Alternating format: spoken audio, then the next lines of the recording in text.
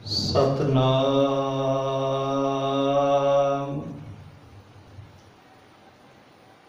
धन वाहिगुरु साहिब जी।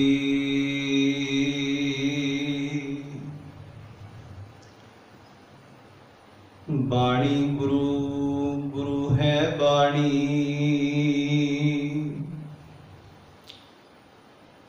विच बाणी अमृत सारी।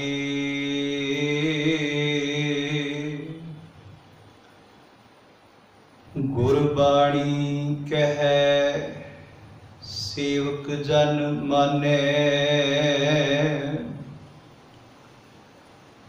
परतख गुरु निस्तारे। सतगुरु बाणी पुरख परखोतम, बाणी स्यों चित लावे गो।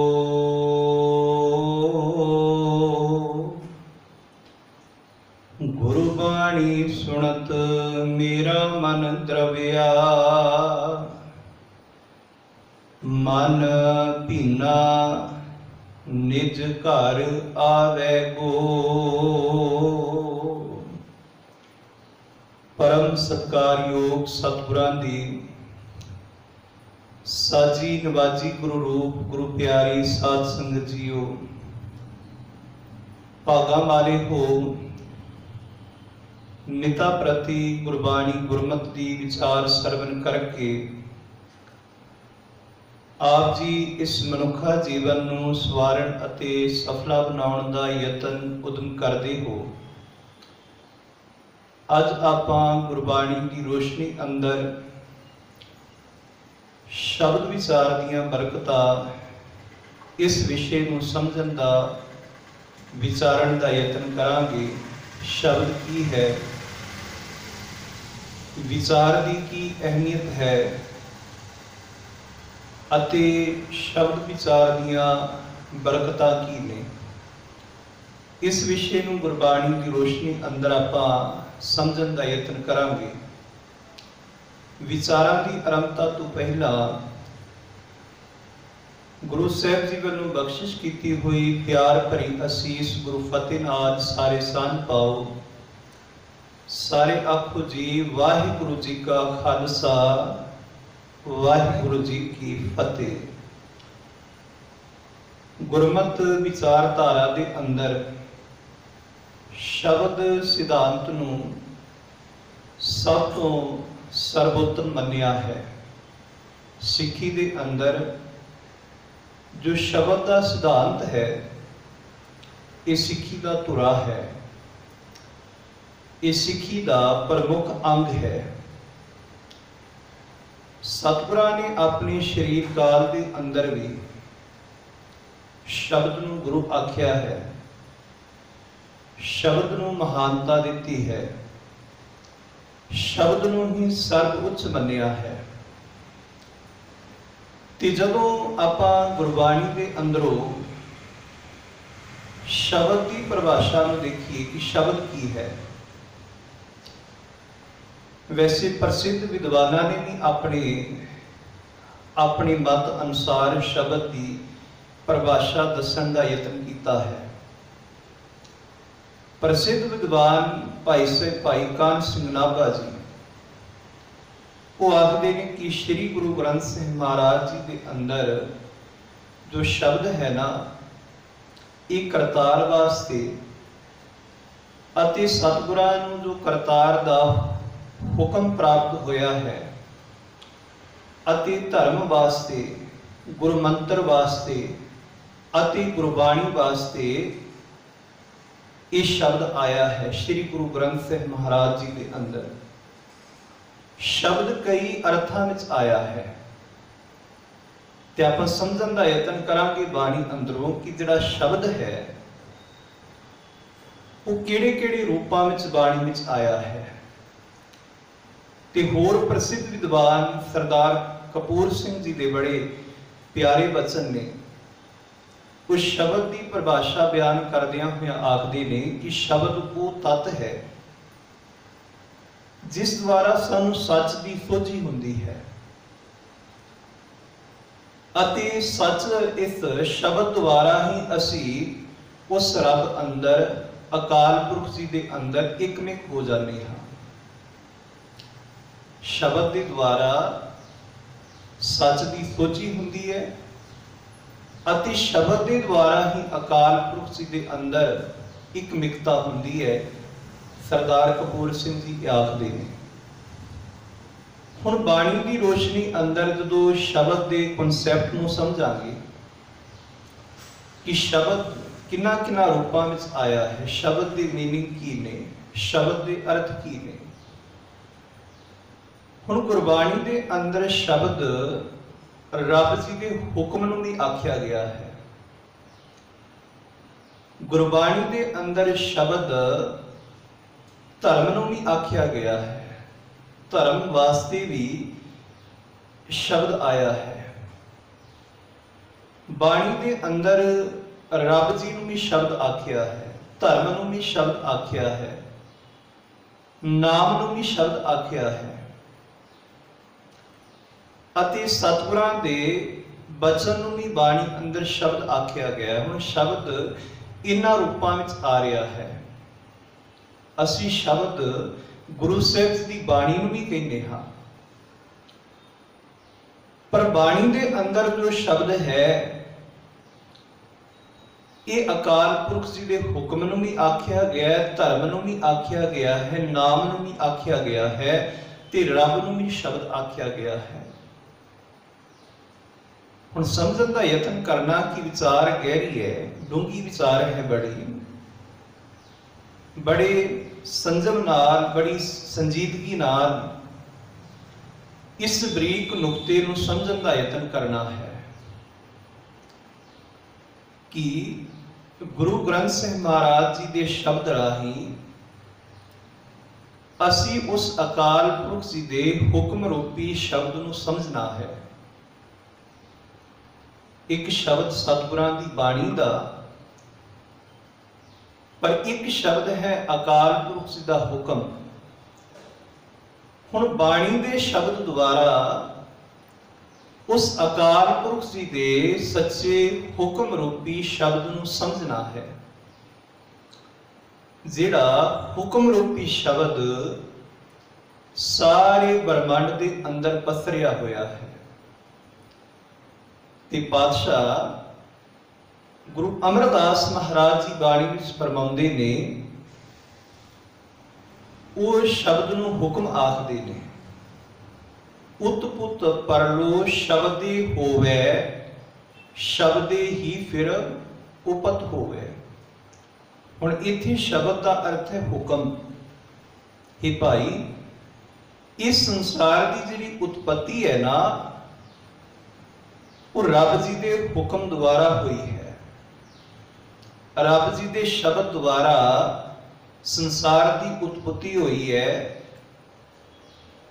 ते अगे पातशाह होर आखदे ने इको शब्द वरतदा सब इको शब्द वरतदा जो करे सो होई।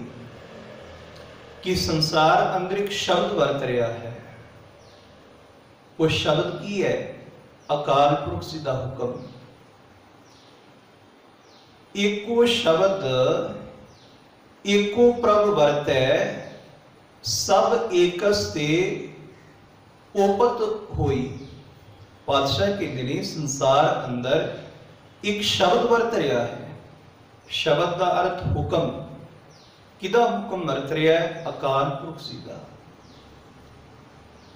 हुण उस हुक्म नूं, उस शब्द नूं असी समझना है सतगुरां दे शब्द के द्वारा। वो जिहड़ा हुक्म है ना वो बड़ा बेअंत है। हुक्म ना कहा जाए, उस हुक्म नूं बयान नहीं किया जा सकता। जिसनूं गुरु नानक साहिब जी आखदे ने कि जे हों जाना आखा नाही, कहना कथन ना जाई, गुरा एक देह बुझाई, सबना जियां का एक दाता, सो मैं विसर ना जाई। जिस करते दे हुक्म नूं बयान नहीं किया जा सकता, जिहड़ा करते दा हुक्म बड़ा बेअंत है। कि असीं पहला शब्द नूं समझ रहे हाँ, शब्द के कॉन्सैप्ट नूं बाणी विचों समझण दा यतन कर रहे हाँ। हुण एक शब्द आया है रब जी के हुक्म वास्ते। कि जो आशा की वार पढ़िए पातशाह धर्म नूं भी शब्द आख रहे हैं। जोग शब्दन, ज्ञान शब्दन, वेद शब्दन, ब्रह्मन है। इत्थे जो शब्द का मीनिंग है वो है धर्म। हुण पातशाह बाणी विच आखदे ने कि भाई जिहड़ा चारे पासे हुक्म रूपी शब्द वरत रहा है ना, असी बाणी के राही उस अकाल पुरख जी दे हुक्म रूपी शब्द नूं समझना है। उस हुक्म रूपी शब्द नूं समझ के उस हुक्म अंदर असी चलना है, उस हुक्म अंदर चलना है। हुण उस हुक्म की जिहड़ी समझ है, जिहड़ा सारे पासे वरत रहा है, उस हुक्म रूपी शब्द की समझ सानू सतगुरां की बाणी विचों प्राप्त होवेगी। जिहड़ा हुक्म बड़ा बेअंत है, बड़ा अगम ते अगाध है, बोध है। जिस करते दे हुक्म दा, उहदे नियमां दा कोई अंत नहीं हैगा, पर उसकी समझ बाणी दे राही, बाणी रूपी शब्द राही असी उस करते दे हुक्म नूं समझना है। इसी नूं पातशाह आखदे ने कि शब्द गुरु सुरत धुन सेला। जिहड़ा गुरु है ना, वो हुक्म रूपी शब्द है, वो सब दा गुरु है, सारियां दा गुरु है। पर उस हुक्म रूपी शब्द नूं आपां समझना है, उस हुक्म रूपी शब्द अंदर असी चलना है। तो जो पातशाह जी की बाणी पढ़िए तो गुरु नानक सिंह महाराज आखदे ने, बिन सतगुरु किने ना पायो, बिन सतगुरु किने ना पाया। उस हुक्म की समझ सानू सतगुरु तो बिना नहीं लग सकती। हुक्म की समझ सानू सतगुरु तो बिना प्राप्त नहीं हो सकती। हुण भाई साहब भाई गुरदास जी अपनी कवित अंदर इस विचार को स्पष्ट करते हैं कि करते का जिहड़ा हुक्म है, उस करते जो नियम ने वो अगम ते अगाध बेअंत ने। असी सीधे उसके हुक्म नूं समझ नहीं सकते, सीधे उसके रब जी के हुक्म के नाल असी जुड़ नहीं सकते। भाई गुरदास जी आखदे ने, फिर जिहड़े गुरु की शरण में आ जाते हैं ना, बाणी नाल जुड़ते हैं, ज्ञान के नाल जुड़ते हैं, उन्हां नूं करते दे हुक्म रूपी शब्द की समझ पै जाती है। सीधा जुड़ना कहते ने बड़ा औखा है। कितना औखा है? भाई गुरदास जी आखदे ने कि चीटी के उधर विख्या हस्ती समाए कैसे, इन्ना औखा है।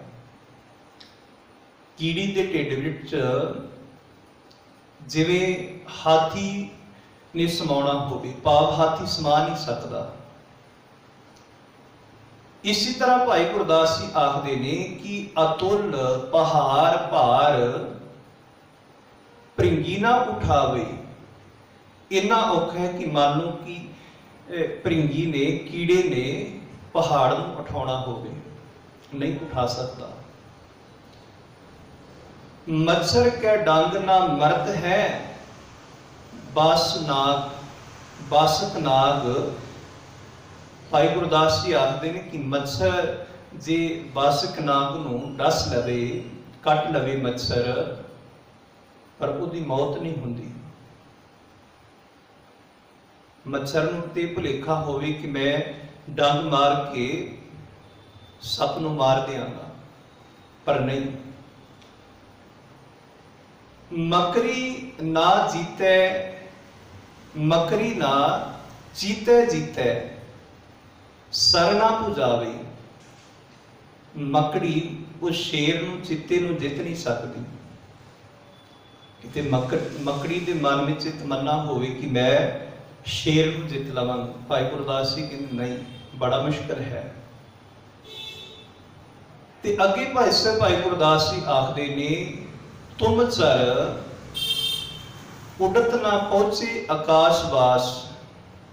जिहड़ा उल्लू है, उल्लू किते मन में ये सोच लवे कि मैं सारे आकाश दीयां उड़ारियां मारांगा, आकाश का अंत पा लवांगा। नहीं, औखा है।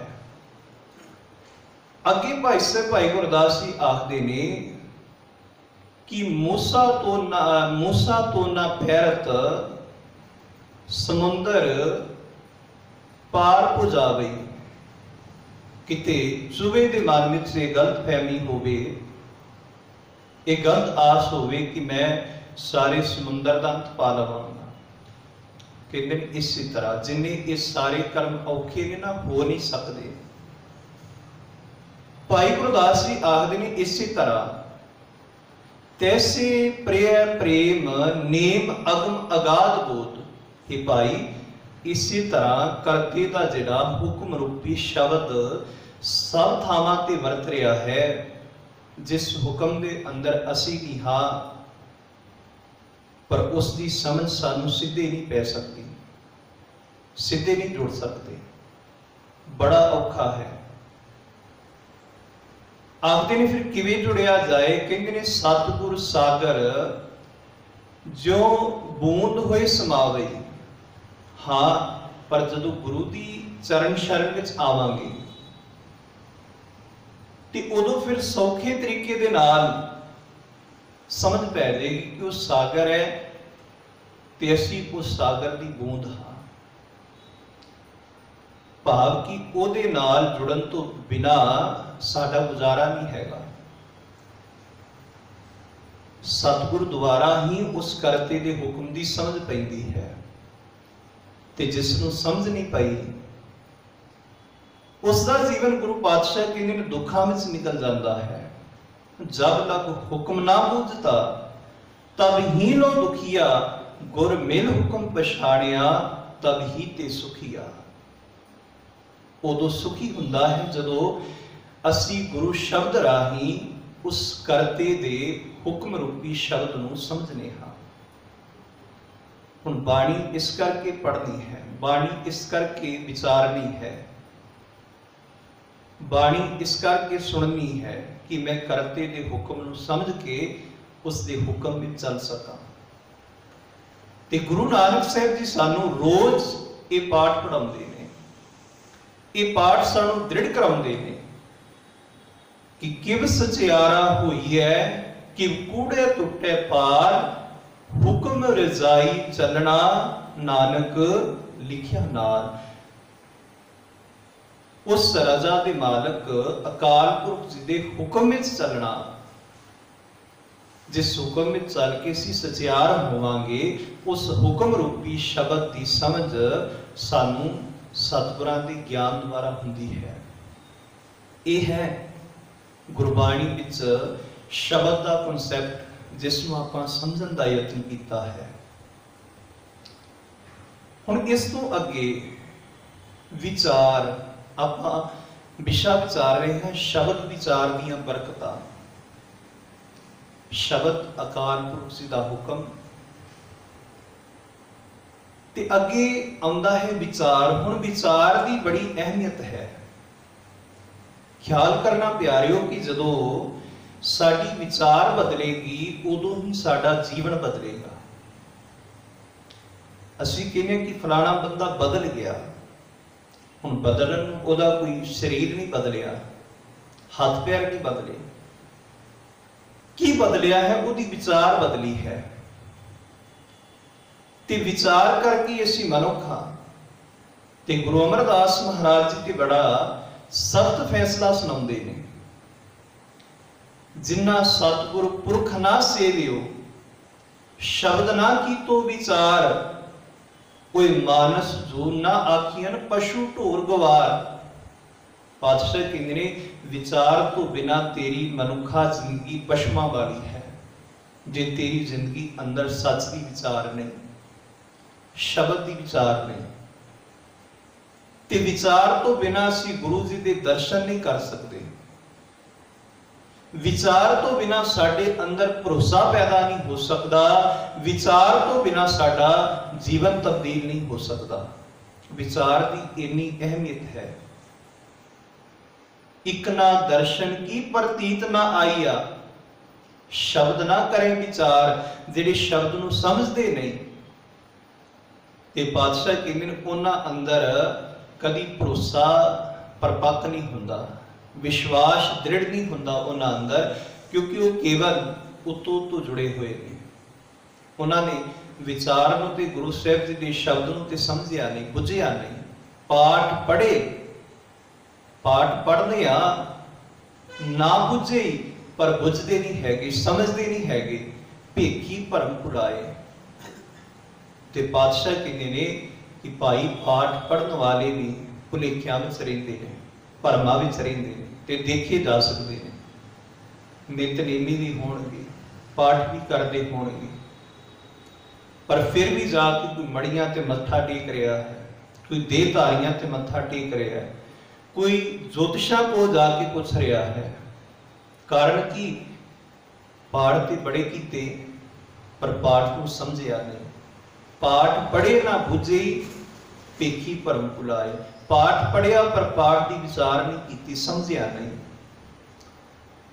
ते पातशाह कहंदे ने जे विचार नहीं ते असीं गुरु साहिब जी दे दर्शन नहीं कर सकते। सतगुरु नूं सब को वेखदा जेता जगत संसार, आखदे ने डिठे मुक्त ना होवे जिचर शब्द ना करे विचार। जिन्ना चिर असीं शब्द की विचार नहीं करते ते पातशाह कहंदे ने भाई उन्ना चिर बंधना तो विषय विकारां तो असीं मुक्त नहीं होवांगे। शब्द विचार की इन्नी अहमियत है बाणी विच। ते एक बड़ी प्यारी कहानी का जिक्र किसी विद्वान किया है कि एक बारी गर्मियां का समा, एक कमियार उसने मिट्टी नूं गुन्निया है। उहदा जिहड़ा कमियार है ना, वो चुल्ह तैयार कर रहा है। हुण कमियार की घरवाली ने देखा कि गर्मी बहुत है, तो कमियार ने एक सलाह दी कि तू ये जो मिट्टी की चुल्ह बना रहा है, इहदा तू घड़ा बना दे। गर्मी है तो गर्मियों में घड़े की लोड़ होंदी है, लोग ठंडा पानी पीणगे। हुण जो उसने अद्धी को चुल्ह बनाई सी, उसने दोबारा ढाल के उसने ना घड़ा बनाना आरंभ कर दिता।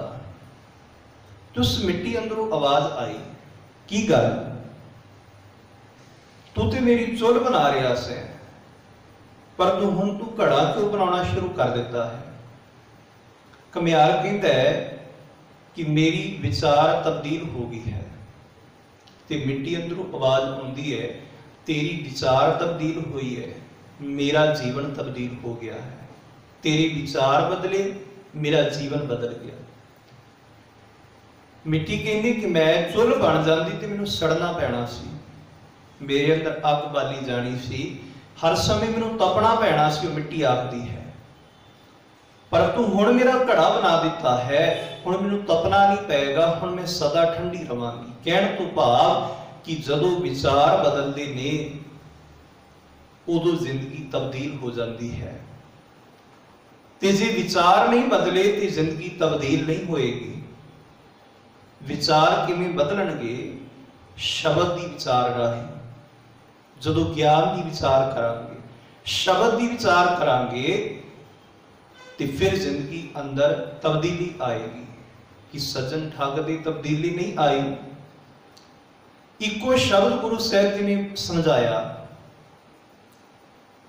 हुण हथ ते उही ने जिहड़े हत्थां नाल लोकां नूं मारदा सी, लुटदा सी।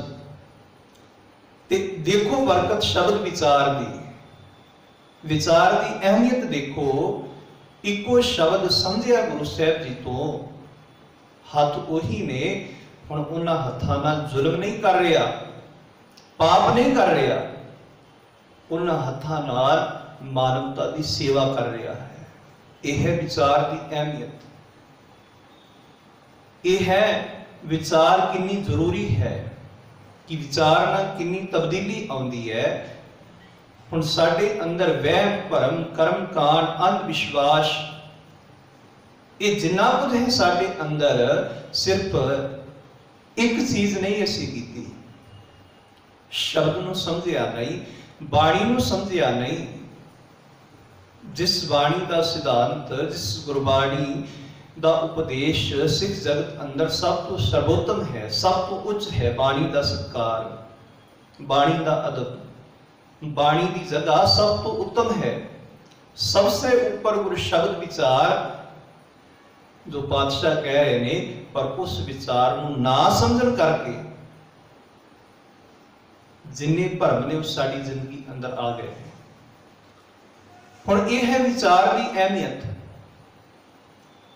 ते ख्याल करना। होर किहड़ियां बरकतां फिर शब्द विचार नाल किहड़ियां बरकतां प्राप्त होंदियां ने, शब्द विचार दीयां की बरकतां ने। जदों पातशाह जी दी बाणी नूं पढ़ीए ते बेअंत बरकतां गुरु पातशाह दसदे ने। भट्टां दे सवैये पढ़ीए ते फरमाउंदे ने, कछो कंचन भयो शब्द गुर सर्व ने सुनियो। कछो कंचन भयो, कछ तो जीवन सोने वर्गा बन गया जदों गुरु का शब्द सुनिया। बिकते अमृत होयो नाम सतगुरु मुख भणियो। जदों रब जी का नाम इस मुख तो लिया ते जीवन जहर तो अमृत बन गया। लोहो होयो लाल नगर सतगुरु जग धारे। जदों सतगुरां दी बख्शिश दे पात्र बने ते लोहे तो लाल जीवन बन गया। लोहो होयो लाल नगर सतगुरु जग तारे। पाहण माणक करे ज्ञान गुरु कहो विचारे। जदों गुरु दे ज्ञान विचारिया ते पातशाह कहंदे विचार नाल एक पत्थर तो कीमती रतन, कीमती मोती वर्गा ये जीवन बन गया। काठो श्रीखंड सतगुरु कीयो दुख दरिद्र तिनके गया। सतगुरु चरण दिन परसिया से पस प्रेत सुर नर पया। दुख दलिद्र आत्मिक तल ते सारा कुछ साडे अंदरों खत्म हो जाता है। ते पातशाह कहंदे ने गुरु विचार नाल जुड़िया पशुआं तो असीं देवते बन जाते हैं,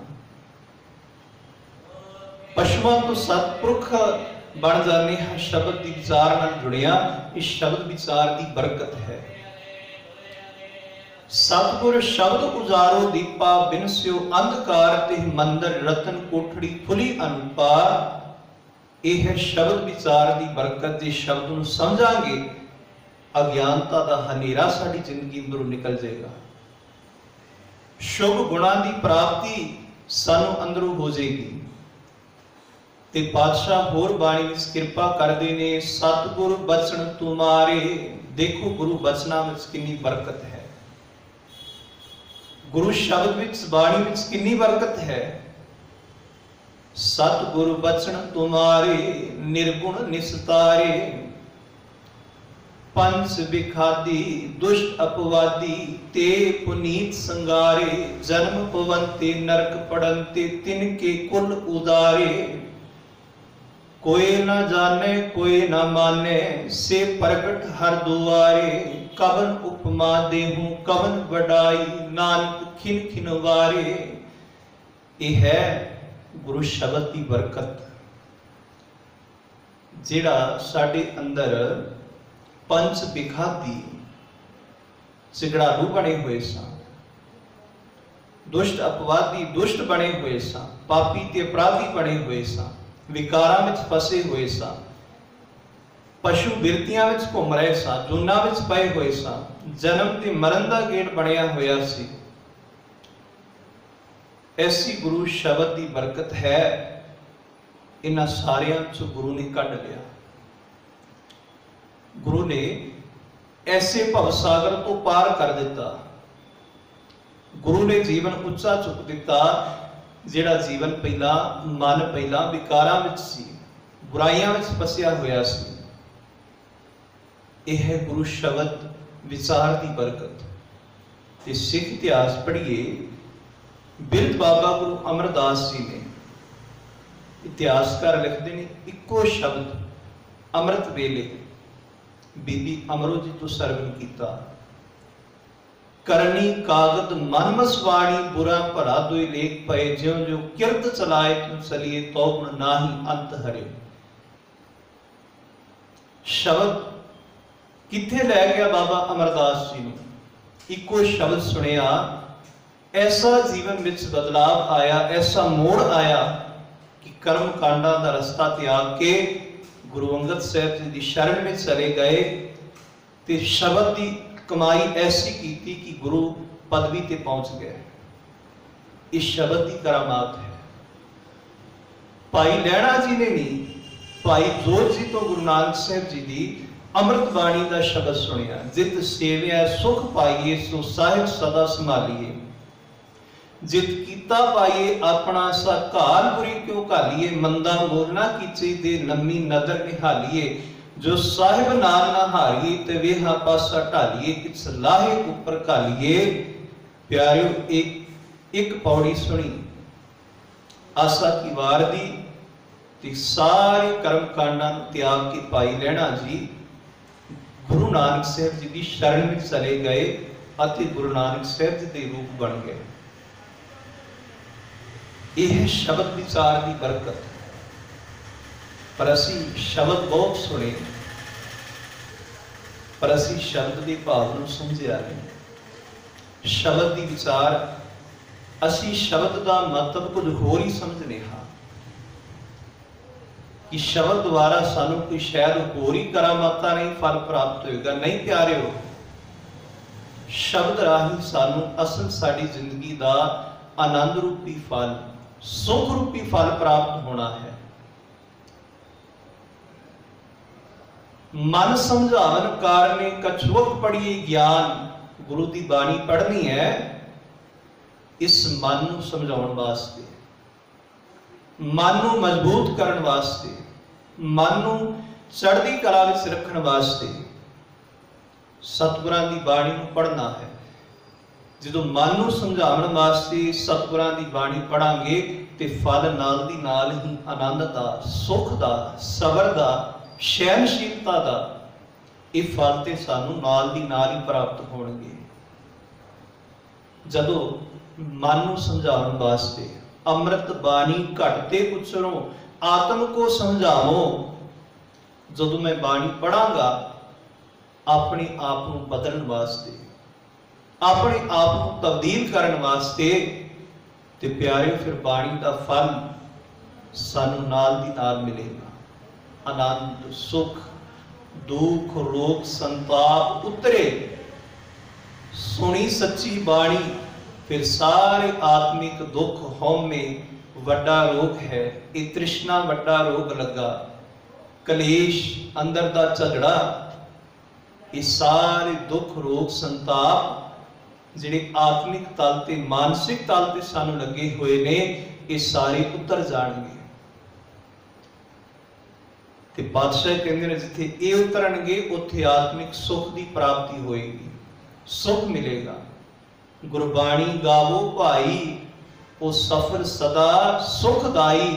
बाणी आत्मिक सुख देने वाली है, पर जेड़े शब्द नूं, बाणी की विचार नूं समझदे ने, फिर उन्हां दी जिंदगी अंदर बेअंत रहमतां, बेअंत बरकतां उन्हां दी जिंदगी अंदर आउंदियां ने।